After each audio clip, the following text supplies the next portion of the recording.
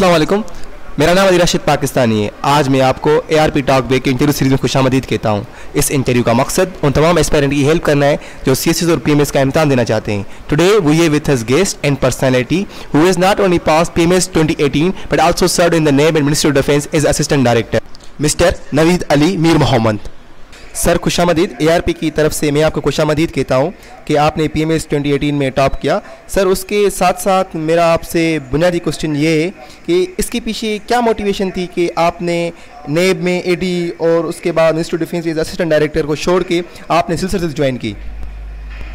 Actually जो भी हम एस्पायरेंट्स होते हैं since beginning when we start preparation, तो हमारा एम तो डेफिनेटली CSS होता है। सारे जो हम स्टूडेंट्स हैं यूनिवर्सिटी से पास आउट होने के बाद we aspire to be part of bureaucracy and Pakistan bureaucracy, तो उस हवाले से हम प्रिपरेशन स्टार्ट करते हैं एंड मीनवाइल बाकी जो एग्ज़ाम्स आते हैं उसमें अप्लाई करते रहते हैं।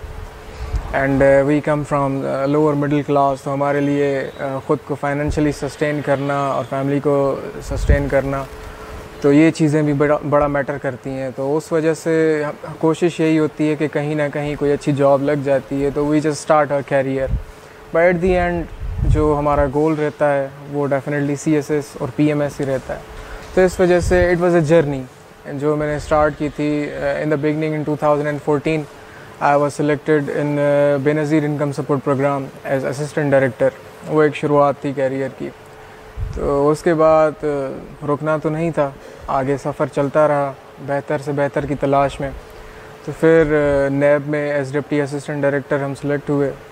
वहाँ पे मैंने 2 साल सर्व किया। उसके बाद मिनिस्ट्री ऑफ डिफेंस में एज असिस्टेंट डायरेक्टर, वहाँ पे 4 साल सर्विस है। एंड अभी फिर ये PMS का जो एग्ज़ाम आया तो इसमें अप्लाई किया and it is a great honour that now I am part of provincial bureaucracy.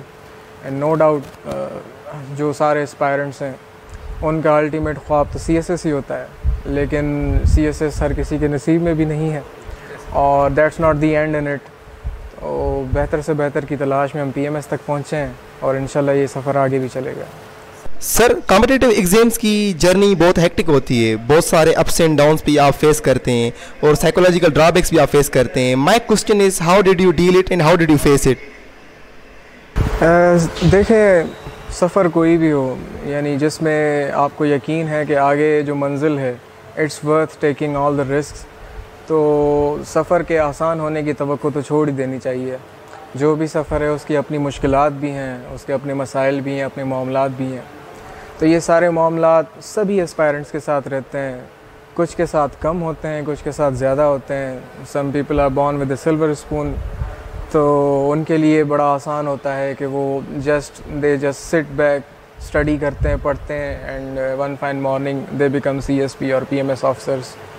लेकिन मोस्ट ऑफ द टाइम्स जो हो, यानी सोसाइटी में आप नॉर्मली देखेंगे कि students face a lot of troubles.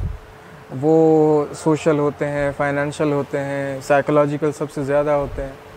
लेकिन ये एक these are the part and parcels of this journey. इस सफ़र में अगर आप ये सोच के निकलते हैं कि कोई मुश्किलात नहीं आएंगी, तो ऐसा नहीं होना। जो सफ़र यानी जिसमें मुश्किलात नहीं, तो डेफिनेटली उसमें जो आपको फ्रूट मिलना है that will not also be sufficing for you. तो डेफिनेटली सबके साथ ही प्रॉब्लम्स रहे, मेरे साथ भी रहे, बट हर किसी की टैकलिंग जो टेक्निक है वो डिफरेंट होती है। पर्सन टू पर्सन प्रॉब्लम्स भी वेरी करते हैं, उनके सॉल्यूशंस भी वेरी करते हैं। तो उसमें एक अच्छा मेंटोर, एक अच्छा गाइड साथ होना ये गनीमत है। और अल्हम्दुलिल्लाह हमें भी बहुत अच्छे गाइड टीचर्स मिले जिन्होंने हमें इस पूरे रास्ते पे चलना सिखाया, साथ चले। और बाज़ औक़ात जब अकेला चलना था तो पीछे से उनकी दुआएं और उनकी जो गाइडलाइन थी उसने हमें बहुत भरपूर साथ दिया। सर एक आमतौर पर परसेप्शन पाया जाता है कि कॉम्पिटिटिव एग्जाम्स वही पास करते हैं जिनका बैकग्राउंड फॉरेन से होता है या जिनका ताल्लुक पाकिस्तान के आला पाई यूनिवर्सिटी से होता है। इस तासुर को कैसे देखते हैं? एक्चुअली इसको आप पर्टिकुलराइज ना करें फॉरेन स्टडीज़ के साथ या किसी आला किसी इंस्टीट्यूट की यूनिवर्सिटी से अगर कोई क्वालिफाइड है तो सिर्फ वो क्वालिफाई कर सकता है, ये नहीं है। बात यह है कि जो CSS और PMS एग्ज़ाम्स हैं ये इनमें जो भी आप क्वेश्चंस पढ़ेंगे, इवन जो सारे जो सब्जेक्ट्स भी हैं, ये वही सब्जेक्ट्स हैं जो आप छठी 7वीं क्लास से पढ़ते आ रहे हैं। पाकिस्तान स्टडीज़ आप छठी क्लास से पढ़ते आ रहे हैं, इस्लामियात वही है, जनरल साइंस वही है, मैथमेटिक्स वही है, इंग्लिश वही है। तो बात यह है कि हमारे यहाँ इस परसेप्शन की डेवलपमेंट के पीछे सबब यह है कि कुछ ऐसे स्टूडेंट्स हैं जिनका बेस बहुत अच्छा होता है और उसी बेस की बुनियाद पे वो हायर एजुकेशन की तरफ भी जाते हैं, अच्छी अच्छी यूनिवर्सिटीज़ में से भी पढ़ के आते हैं। तो तासुर ये बैठ जाता है कि चूँकि ये अच्छी यूनिवर्सिटीज़ से और फॉरेन ग्रेजुएट्स हैं तो इसीलिए इनके लिए ये एग्ज़ाम्स क्वालिफ़ाई करना आसान है।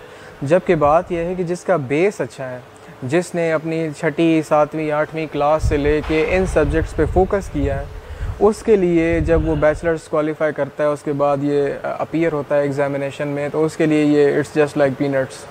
तो असल बात यह है, बेस मैटर करता है। फॉरेन ग्रेजुएशंस और बड़ी बड़ी यूनिवर्सिटीज़ से पढ़ना ये एडअप करता है, लेकिन that's not all in itself. Sir, एक स्टूडेंट है जो कॉम्पिटिटिव एग्जाम्स की तैयारी कर रहा है, वो कौन सी क्वालिटीज़ उसमें होनी चाहिए और कॉम्पिटिटिव एग्जाम्स की नेचर क्या है? देखें, क्वालिटीज़ सबसे पहली चीज़ जो होनी चाहिए एक CSS या PMS एस्पायरेंट में, जो who aspires to be an officer, consistency. क्योंकि यानी ये इस तरह से नहीं है कि आपने एक दिन पे 7-8 घंटे पढ़ लिया और अगले दिन पे आप बिल्कुल भी नहीं पढ़ते, तो इस तरह से इसका सफ़र नहीं चलता।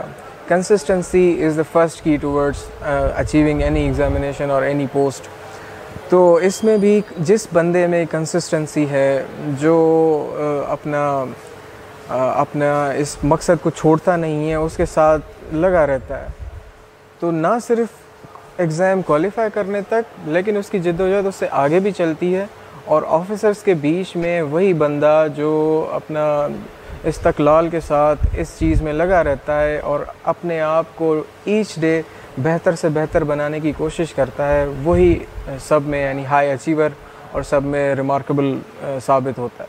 सर, आप बतौर टीचर भी रहे हैं इंग्लिश के और आपने इंग्लिश भी पढ़ाई है।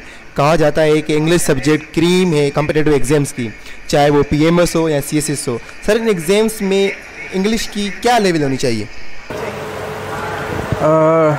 ये सारे एग्ज़ाम्स क्योंकि ग्रेजुएशन लेवल के एग्ज़ाम्स हैं, तो इंग्लिश की लेवल भी इतनी ही होनी चाहिए। बात यह है कि हमारा ख़ास तौर पे मैं अगर हमारे सिंध की बात करूं, क्योंकि we are talking about provincial management services and Sindh bureaucracy, हमारे जो स्टूडेंट्स होते हैं सिंध के, उनकी इंग्लिश की लेवल इतनी अच्छी नहीं होती। उसकी वजह यह है कि हमारी स्कूलिंग और उसमें मीडियम ऑफ इंस्ट्रक्शन मोस्टली या तो मदर टंग होती है, जो कि एक बहुत अच्छी बात भी है, या तो उर्दू होती है।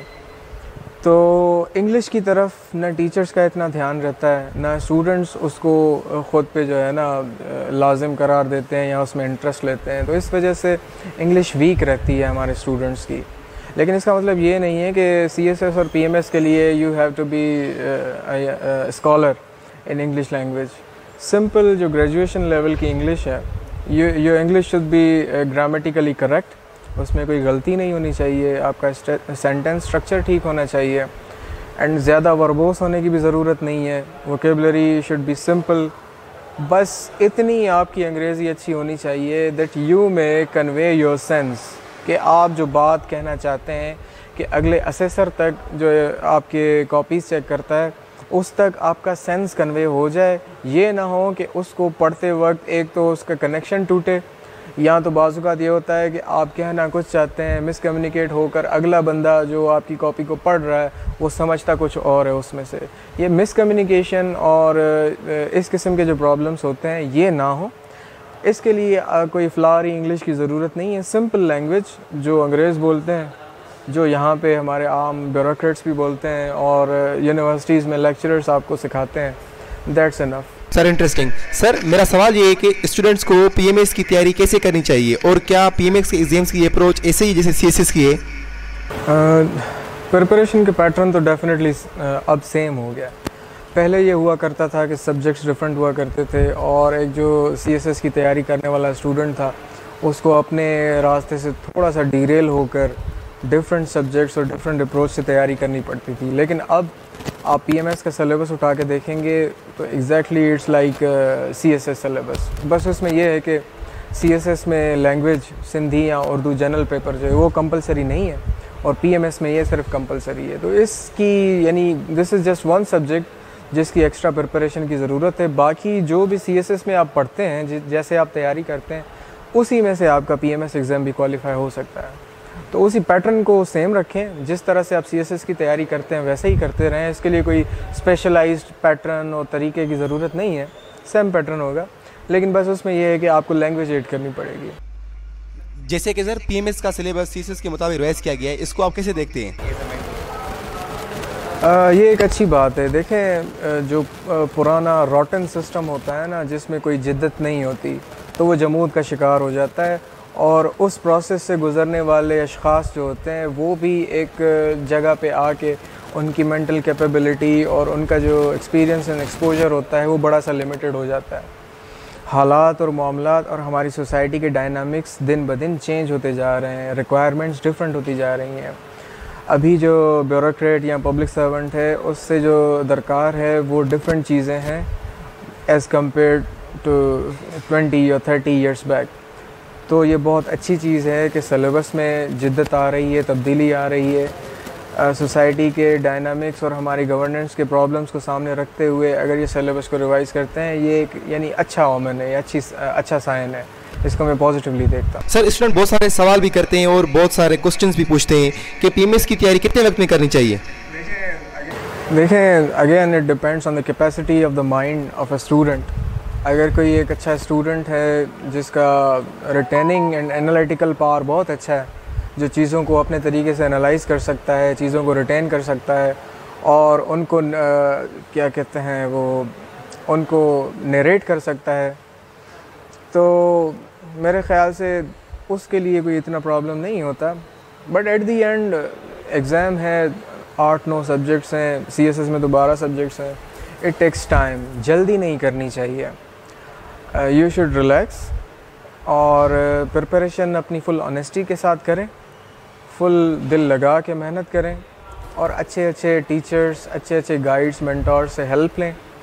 इस वक्त तो डिजिटल दौर है, टेक्नोलॉजी यानी अपने उरूज पर है, हर चीज़ आपको रेडिली अवेलेबल है। गूगल पे टाइप करने की ज़रूरत है, आपको अच्छे से अच्छा मवाद मिल जाता है हर चीज़ के हवाले से। तो सिलेक्शन ऑफ द स्टफ़ कि आप क्या पढ़ रहे हैं उसको सबसे पहले अच्छी तरह से सिलेक्ट करें। उसको बाकी यानी मार्केट में तो आपको 100 चीज़ें मिलेंगी, लेकिन you have to be selective. आप चूज़ करें सबसे अच्छा जो मवाद है, स्टफ़ है, उसको अपने लिए सिलेक्ट करने के बाद उस पर बैठ जाएँ, उसको पढ़ें। उसमें से जो चीज़ें समझ नहीं आती तो अपने सीनियर्स से पूछें। बाज़ औक़ात ये भी होता है कि कई ऐसी चीज़ें होती हैं जो आप समझ तो जाते हैं, लेकिन उसी एक चीज़ में से मुख्तलिफ़ एंगल्स निकल रहे होते हैं। और सीएसएस और पीएमएस के जो भी सवालात होते हैं, अभी वो दौर चला गया कि जिसमें लिखा जाता था कि right A short note on फलाना, और यानी व्हाट इज़ फलाना, right the definition of this thing and that thing. तो वो दौर चला गया है।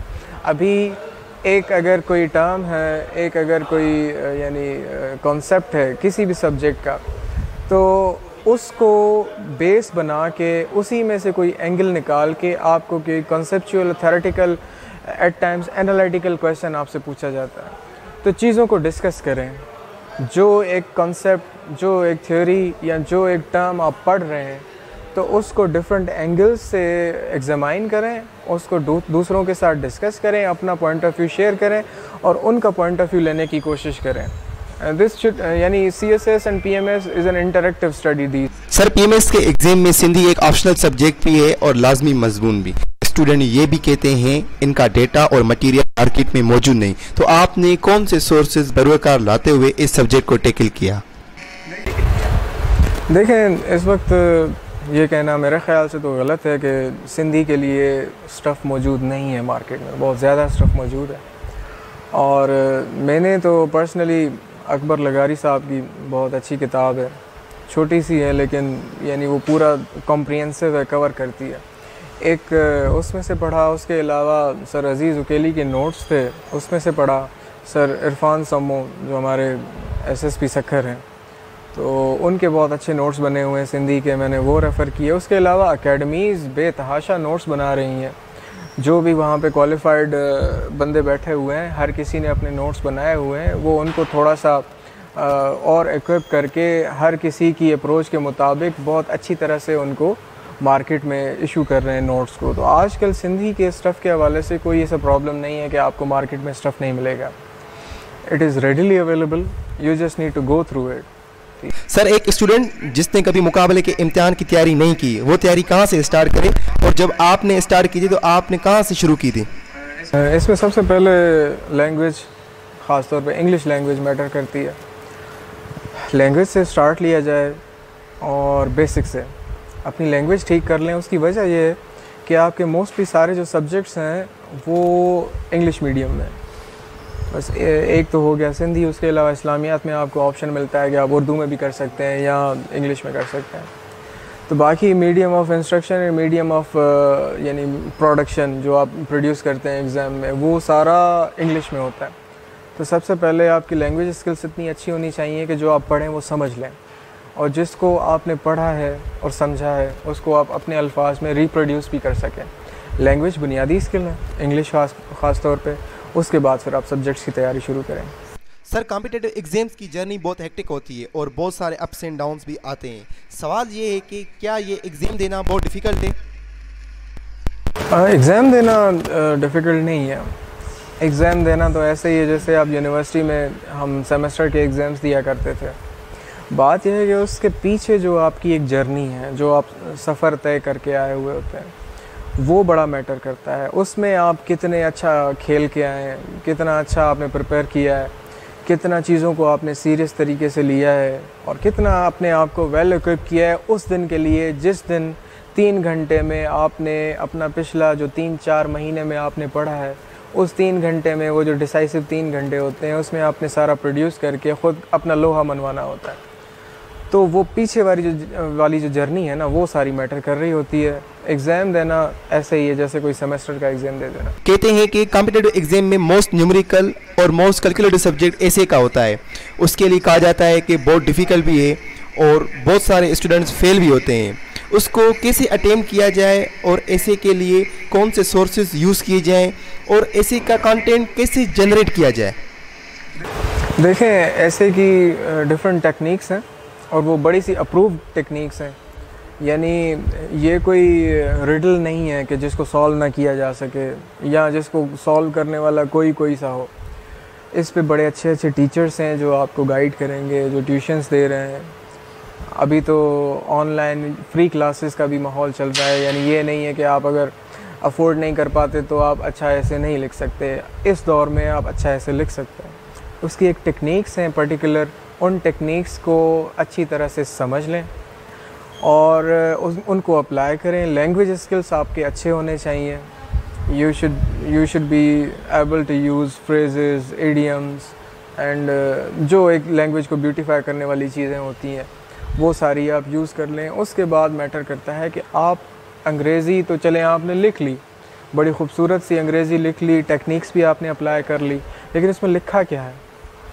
अगले बंदे ने, पेपर सेटर ने एक जो है स्टेटमेंट, मोस्टली एसेज में आपको स्टेटमेंट्स मिलती हैं, तो एक वो उसने टॉपिक दे दिया आपको, क्या आपने उसको समझा? और अगर आपने उसको समझ लिया तो उसको जब आप अपने एसे में एलाबोरेट कर रहे हैं तो आप उसको किस तरह से, किस डायरेक्शन से प्रोड्यूस कर रहे हैं, अपनी तरफ से क्या लिख रहे हैं आपका नॉलेज बेस, आपकी नॉलेज और उसके बाद आपका पॉइंट ऑफ व्यू, ये सारी चीज़ें मैटर करती हैं। देख लें कि बाकी जैसे मैथमेटिक्स से 2 + 2 हमेशा जो आपका 4 होता है, ऐसे में इस तरह से नहीं होता। ऐसे में हर एक का ओपिनियन मैटर करता है और ऐसे का मतलब ही है to attempt to show what you feel about certain topic. तो उसमें you have to be precise and very much selective and factual as well. तो मेरे ख्याल से 13वीं इम्तिहान के बाद इंटरव्यू का एक मरहला होता है और इंटरव्यू में आपका एक्सपीरियंस कैसा रहा और इंटरव्यू के लिए कौन से सोर्सेस यूज़ किए थे इंटरव्यू को प्रिपेयर करने के लिए? इंटरव्यू मेरा बहुत अच्छा रहा था अल्हम्दुलिल्लाह। और मेरे ख्याल से I am second in Sindh interview की मार्क्स के हवाले से। मुझसे ज़्यादा एक बंदे के मार्क्स हैं, वो हमारे दोस्त ही हैं, और उसके बाद मेरे मार्क्स हैं। तो अल्हम्दुलिल्लाह इंटरव्यू अच्छा हो गया। उसकी एक वजह ये थी कि मैं यानी when I was in school, तो तब से मैं एक डिबेटर रहा हूँ, स्पीच कॉम्पिटिशन्स वगैरह में पार्टिसिपेट करते रहते थे। तो हमारे जो कम्युनिकेशन स्किल्स थे अल्हम्दुलिल्लाह वो बेहतर थे, और कॉन्फिडेंस भी डेफिनेटली आप जब एक प्रोसेस से गुज़र के आते हैं तो आपका कॉन्फिडेंस भी डेवलप होता है। तो उन चीज़ों ने बड़ा हेल्प किया। और बाकी ये है कि सोर्सेज़ कौन से यूज़ किए, तो सोर्सेज़ यही थे कि दोस्तों के साथ बैठ गए, उनको कहा कि भाई इंटरव्यू करो मेरा, तो वो प्रैक्टिस करवाते रहते थे। मैंने कभी भी किसी एकेडमी में जाके फॉर्मली इंटरव्यू नहीं दिए, जो मॉक इंटरव्यूज़ वगैरह हुआ करते हैं, मैंने तो नहीं दिए। लोग देते हैं और अच्छी बात है, यानी एक प्लस पॉइंट है, आपके पास एक प्रोविज़न है तो आप उसको अवेल करें, लेकिन मैंने नहीं किया। दोस्त हुआ करते थे, वो इंटरव्यू ले लेते थे। और उसके अलावा ये मेरी तीसरी जॉब है, तो बॉसेस को फेस करना, उनको प्रेजेंटेशंस देना और उनके काउंटर आर्ग्यूमेंट्स और काउंटर क्वेश्चंस को टैकल करना, ये सारा हमारे लिए रूटीन वर्क था। तो मेरे ख्याल से इस चीज़ ने बड़ा हेल्प किया मुझे। फिर में आप फ्रेश एस्पायरेंट के लिए क्या कहेंगे? यार फ्रेश एस्पायरेंट्स के लिए मैं ये कहूँगा कि स्टार्ट लें, और तगड़ा स्टार्ट लें, फुल एनर्जेटिक स्टार्ट लें। लेकिन स्टार्ट लेने से मतलब नहीं है कि सिर्फ पीएमएस और सीएसएस के लिए स्टार्ट लें। देखें, हर कोई अपने अंदर कोई ना कोई काबिलियत, कोई ना कोई स्पेशलिटी रखता है, लेकिन हर कोई इस एक सांचे में आके ढल जाए ये मुमकिन नहीं और ज़रूरी भी नहीं। सोसाइटी के यानी मल्टीफेरस डायनामिक्स हैं, और पूरी सोसाइटी के जो भी डायनामिक्स हैं, जो भी शोबात हैं, इनमें हमें इन्हीं लोगों की ज़रूरत है। इन्हीं स्टूडेंट्स ने जाके कल को फिक्स इन होना है। तो सबसे पहले तो आप अपना जो टैलेंट है, अपनी जो ख़ासियत है और जो आपका शौक़ है, आप उसको समझें। उसके लिए कैरियर काउंसलिंग करने की ज़रूरत पड़ती है, तो आप सीनियर्स के साथ, और आजकल तो फॉर्म्स वगैरह भी हैं, तो उनसे डिस्कस करके, या ख़ास तौर पे जिसको आप अपना अच्छा यानी मुर्शिद मुतबद्दी मानते हैं, उससे आप डिस्कस कर लें, उससे गाइडेंस ले लें। जब आपने तय कर लिया कि हाँ पीएमएस सीएसएस ऑफिसर ही बनना है, तो उसके बाद फिर कूद पड़ें जो है समंदर में, और कूदने के बाद ही रास्ता मिलता है।